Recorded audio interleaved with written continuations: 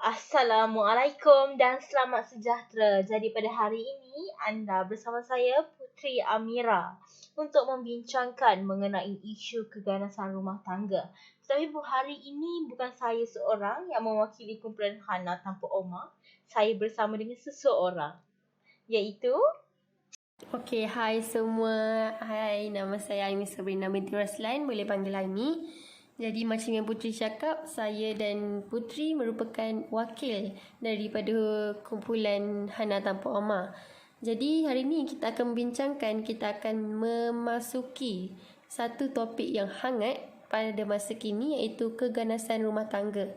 Jadi sebelum apa-apa, sebelum kita memulakan dengan punca, kesan dan juga cara mengatasi, saya akan memberikan sedikit maksud yang ringkas untuk apa itu maksud dan definisi rumah tangga.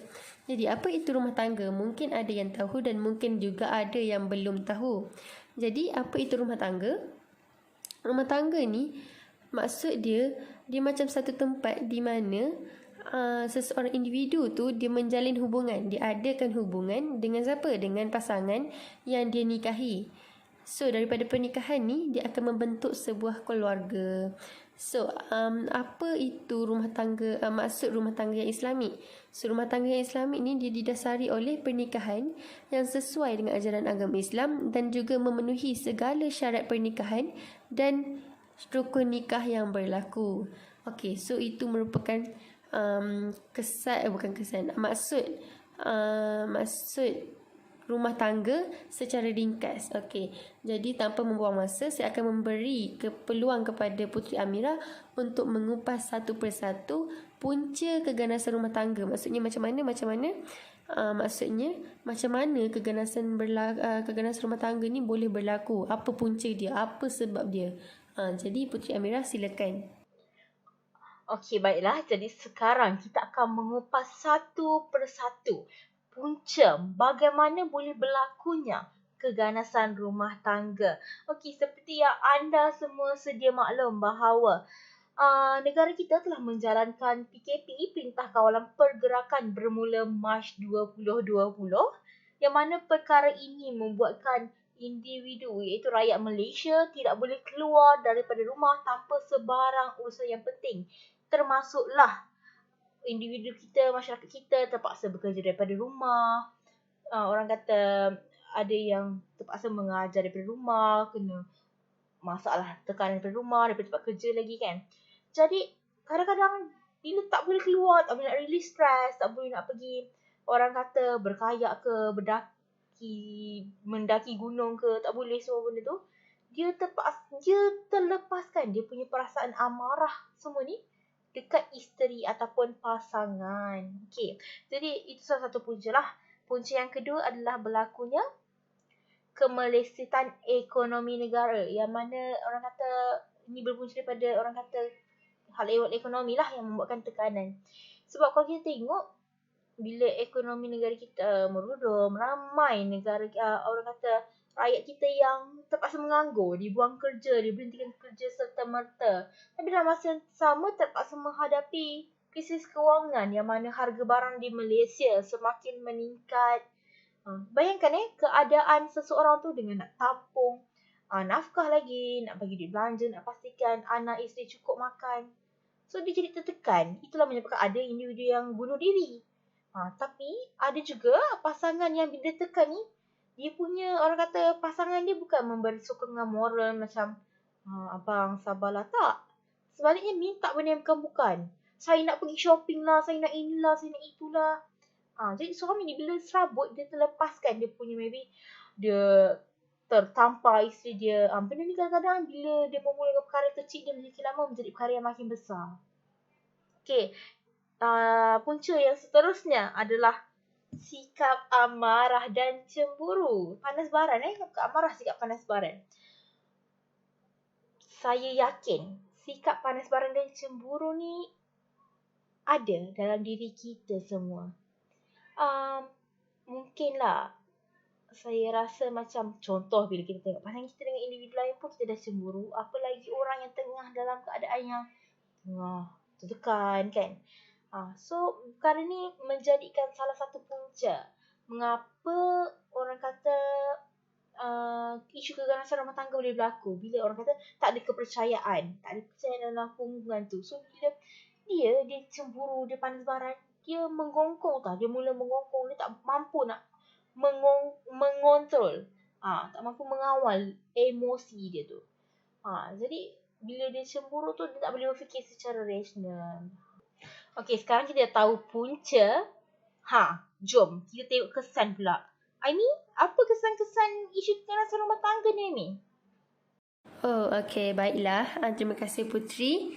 Jadi Putri dah bagi tahu korang apa itu apa punca-punca berlakunya keganasan rumah tangga. Macam mana keganasan rumah tangga ni boleh berlaku kan? Okey, jadi bila ada masalah, ada kesan yang kita dapat daripada masalah tu kan? So Aimi akan menghuraikan kesan-kesan yang akan kita dapat bila berlakunya keganasan rumah tangga. Okey, kita tengok kesan dia buruk ke baik kan? Okey, so kesan yang pertama ialah keluarga tidak bahagia. Yang ni saya rasa semua boleh nampak macam mana keganasan rumah tangga ni membawa kepada ketidakbahagiaan sesebuah keluarga kan? So selalunya benda ni berlaku sebab apa? Sebab bila adanya masalah dalam rumah tangga, iaitu contoh macam keganasan rumah tangga ni, bila keganasan rumah tangga berlaku, kita kurang interaksi antara satu sama lain, antara ahli keluarga kan.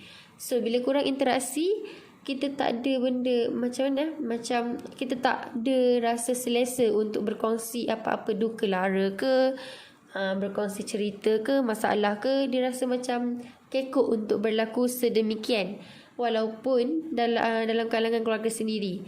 So benda tu tak elok, benda tu tak sepatutnya sesebuah keluarga yang bahagia tak sepatutnya melakukan sedemikian. So jelaslah bahawa keganasan rumah tangga ni membawa kepada apa? Kepada keluarga yang tidak bahagia. Okey, itu kesan yang pertama. Kesan yang kedua ialah kemurungan dan suka bersendirian. Okey, kenapa Aimi cakap keganasan rumah tangga ni boleh membawa kepada kemurungan dan juga suka bersendirian? Okey, saya nak bagi semua nampak dengan lebih jelas. Saya bagi satu situasi, okey? So, yang mana contohlah kita sebagai anak tunggal. Kita anak tunggal, tak ada adik, tak ada kakak, tak ada abang. So, bila kita tak ada siapa-siapa maksudnya kita tak ada adik-beradik, kita rasa, okey, contoh, bila kita tak ada adik-beradik ni, lepas tu mak ayah kita ada masalah antara mereka. Maksudnya macam mana? Maksudnya, contohlah hari-hari nak marah. Hari-hari kita sebagai anak tunggal ni nampak ayah marah mak kita. Lepas tu tak pernah mak dan ayah kita tak pernah berkomunikasi dengan baik, tak pernah berbincang betul-betul elok-elok, face to face betul-betul, tak pernah nak cuba cari jalan untuk menyelesaikan masalah. Yang tahunya apa? Asyik nak gaduh je. So bila kita sebagai anak tengok parent kita macam tu, kita rasa nak cerita dekat orang, nak meluahkan kita punya rasa, perasaan dekat seseorang. Tapi kita tak ada tempat untuk meluahkan perasaan lah. Sebab yelah kita anak tunggal. Contohlah kita bagi kita anak tunggal. So kita tak ada abang, tak ada kakak untuk dengar cerita kita. Tapi kalau nak lepas tu kalau nak cerita dekat ibu dengan bapa, masalahnya ibu dengan bapa ni yang menimbulkan masalah di otak kita ni kan, di fikiran kita ni. So tak logik lah kalau kita nak ceritakan masalah kita dekat orang yang membuat masalah kan. So dari situ dia rasa macam tak apalah, aku simpan je lah perasaan ni, simpan je lah cerita ni dalam diri sendiri, baik aku duduk sendiri je. Bila dia ada rasa macam tu, mulalah mulalah kemurungan ni, mulalah orang-orang yang suka bersendirian. So nampak dekat situ, daripada keganasan rumah tangga tu, dia membawa kepada apa? Membawa kepada kemurungan dan juga suka bersendirian. Maksudnya bila kita ada masalah keganasan rumah tangga, dia boleh membawa kepada seseorang individu lebih suka bersendirian berbanding dengan bergaul antara ahli keluarga dan juga orang-orang sekeliling. Okey, so jelaslah sikit situ kan. So tu kesan yang kedua. Kesan yang ketiga ialah kecederaan fizikal. Okey. So, kenapa kenapa saya cakap keganasan rumah tangga ni boleh membawa kepada kecederaan fizikal? Okey, yang ni mungkin ada sesetengah orang yang nampak macam mana benda ni berlaku kan. Tapi mungkin juga ada yang tak nampak. Jadi bagi orang yang nampak ni, mungkin mereka nampak kecederaan fizikal ni selalunya berlaku kepada pihak isteri sahaja.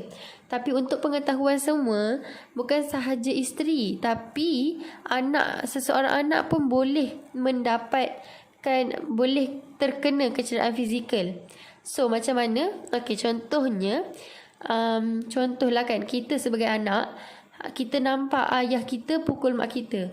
Ayah kita ni pukul mak kita hari-hari. Maksudnya bila kita nampak, kita saksikan sendiri benda tu berlaku, kita mestilah nak backup mak kita kan. Sebab apa? Sebab yelah, siapa je tak sayang mak kan.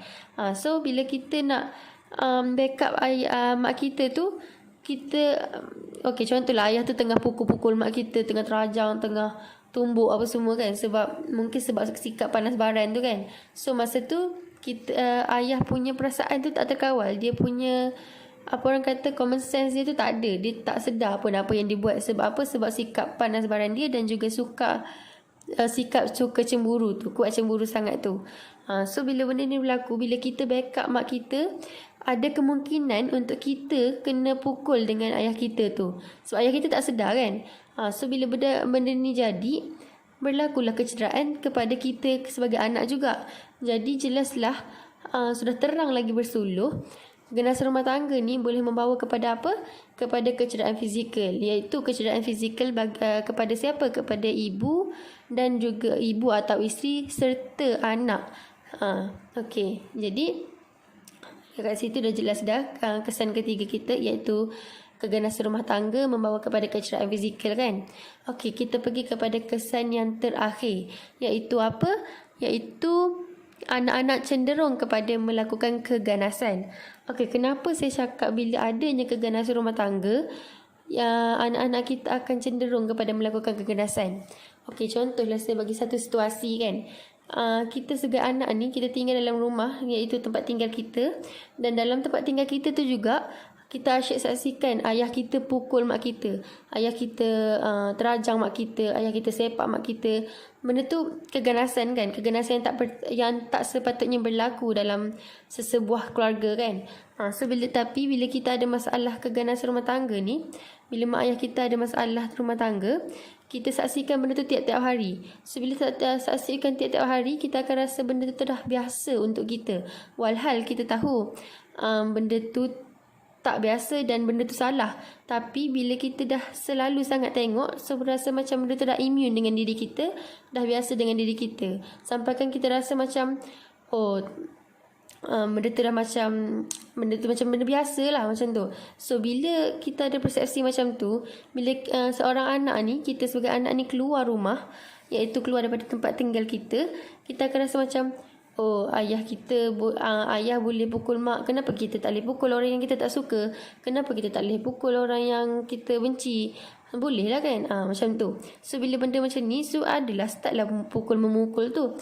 Bila start pukul memukul, benda tu tak elok lah. Jadi dia orang lagi mudah untuk untuk terlibat dengan keganasan-keganasan yang kita boleh dapat daripada antara satu sama lain ni, antara masyarakat sendiri, antara kawan-kawan sendiri pun.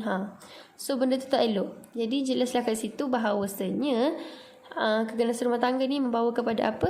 Kepada anak-anak cenderung kepada melakukan keganasan. Okey, jadi saya sudah sertakan, saya sudah memberikan, saya sudah menghuraikan 4 kesan yang akan kita dapat apabila berlakunya keganasan rumah tangga. Jadi bila adanya kesan, bila kita ada masalah, setiap masalah ada jalan penyelesaian dia, bukan? Jadi saya akan memberi peluang kepada Puteri Amirah untuk memberikan apa cara-cara untuk memberitahu semua kita ni, untuk memberitahu semua cara untuk mengatasi masalah keganasan rumah tangga. Jadi Puteri, silakan. Okay, sekarang kita kena tengok pula. Kita tahu permasalahan ni, kita kena tahu macam mana nak atasi isu keganasan rumah tangga ni. Jadi yang pertama sekali, kita boleh dapatkan khidmat kaunseling yang mana suami dan isteri ataupun pasangan yang baru nak berkahwin boleh dapatkan khidmat kaunseling sebelum berkahwin supaya mereka tahu tanggungjawab masing-masing. Dan orang kata sewaktu perkahwinan pun kena dapatkan khidmat kaunseling ni supaya kita orang kata dapat selesaikan sebarang isu dalam rumah tangga kita dalam keadaan yang orang kata rasional lah. Okay, tak semestinya khidmat kaunseling ni kena jumpa kaunselor. Kita boleh orang kata dapatkan nasihat daripada orang yang berpengalaman, contohnya ibu bapa kita sendiri. Kemudian kita boleh orang kata cara yang lain dari segi tindakan undang-undang. Tapi tindakan undang-undang ni pihak yang berkuasa lah perlu memainkan peranan yang mana kita seperti kita tahu Akta Rumah Tangga 1994 ditubuhkan. Okey, ditubuhkan khas untuk orang kata dari segi keganasan rumah tangga ni yang mana pihak yang bersalah akan dikenakan denda sebanyak RM4,000 atau penjara selama 1 tahun. Okey, yang mana orang kata tindakan undang-undang ni memang dipatut orang kata dilaksanakan tanpa mengira darjat status maupun kedudukan seseorang individu. Sekiranya seseorang individu itu didapati bersalah, maka wajib orang kata dijatuhkan hukuman lah. Barulah kita merasai keadilan supaya ia sebagai satu tanda amaran kepada masyarakat bahawa perkara ini patut dipandang serius. Supaya orang tak pandang enteng lah terhadap keganasan rumah tangga dan mangsa akan rasa hak mereka terpelihara.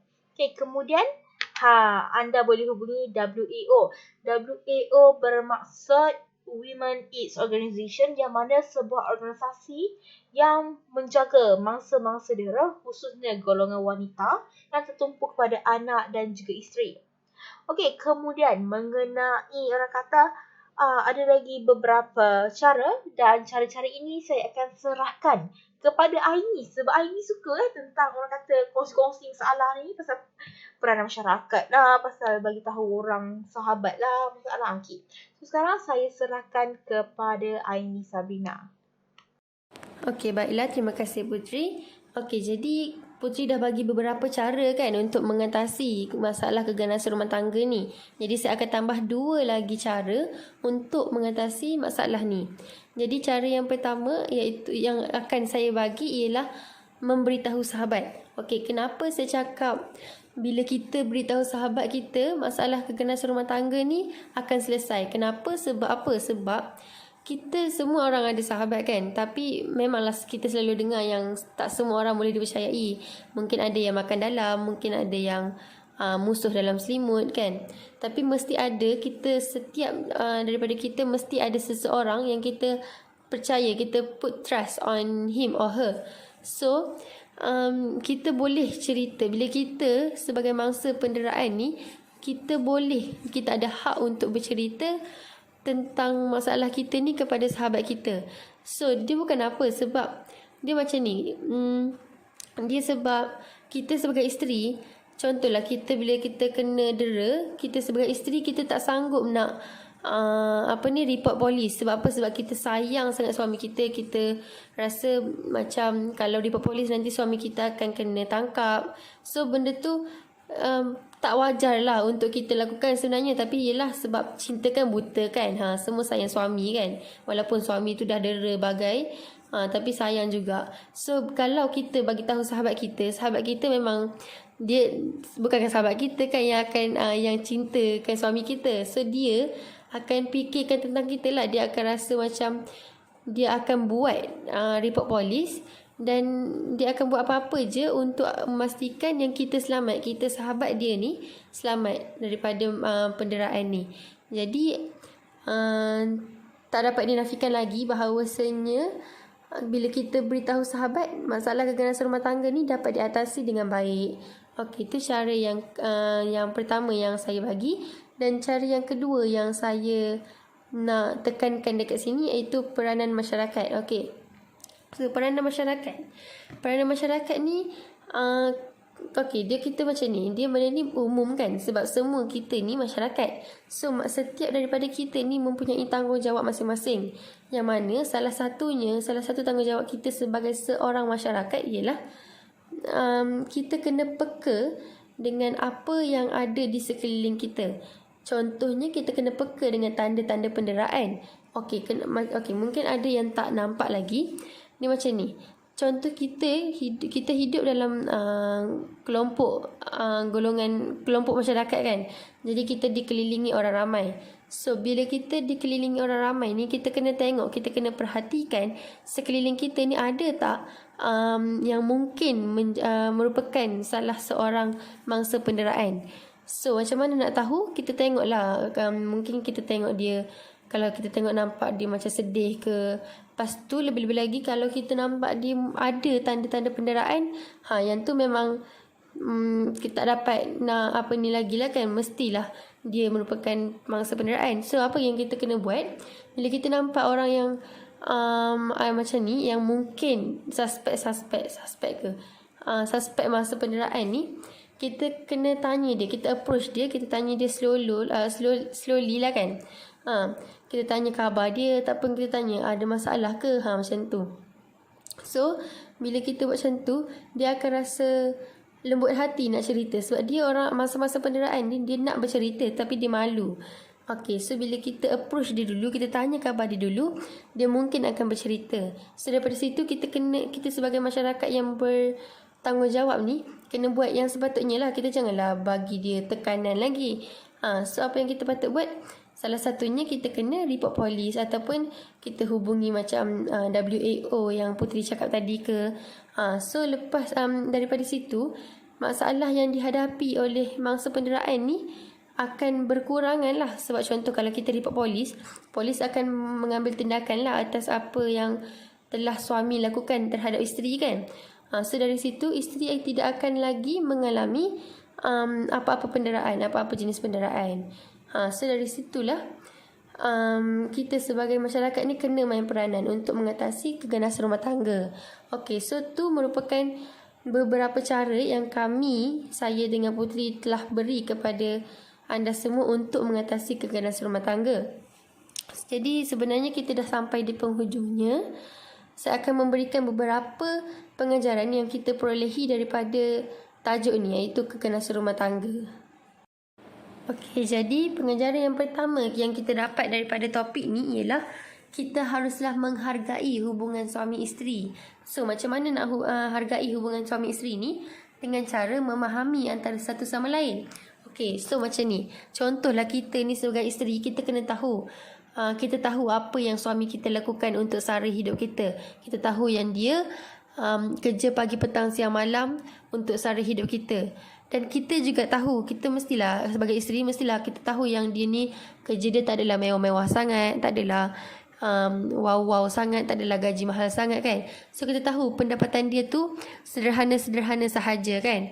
So bila kita tahu kalaulah kita punya pasangan, kita punya suami tu bersederhana je, macam kerja betul-betul keras untuk kita, untuk sara keluarga kita, kita kena fahami dia. So macam mana fahami dia? Salah satunya kita perempuan ada sikap yang nak itu nak ini kan. So kita sebagai isteri ni tak bolehlah macam setiap minggu, I nak beg ni, I nak pergi sana, I nak pergi sini, kopi-kopi ni tak bagilah kan. I nak beli kasut baru lah, kasut ni lah. So benda tu tak payah.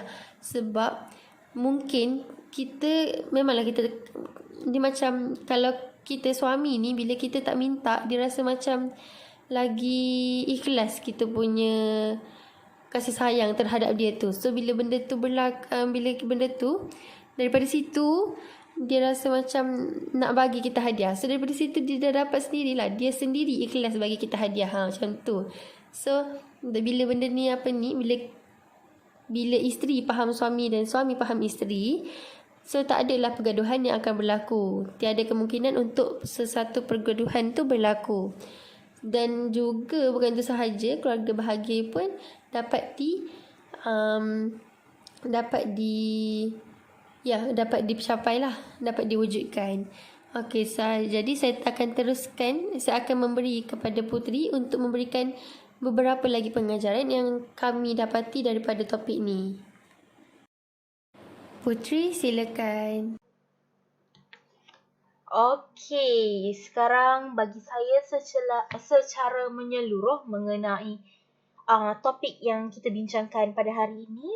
Okey, dalam rumah tangga kita kenalah orang kata bahagi-bahagi tugasan antara suami dan isteri supaya sesuatu beban tu tak tertumpu di sebelah pihak, sama ada isteri sahaja ataupun suami sahaja. Contohnya kalau isteri itu dah masak, suami basuhlah pinggan, macam tu.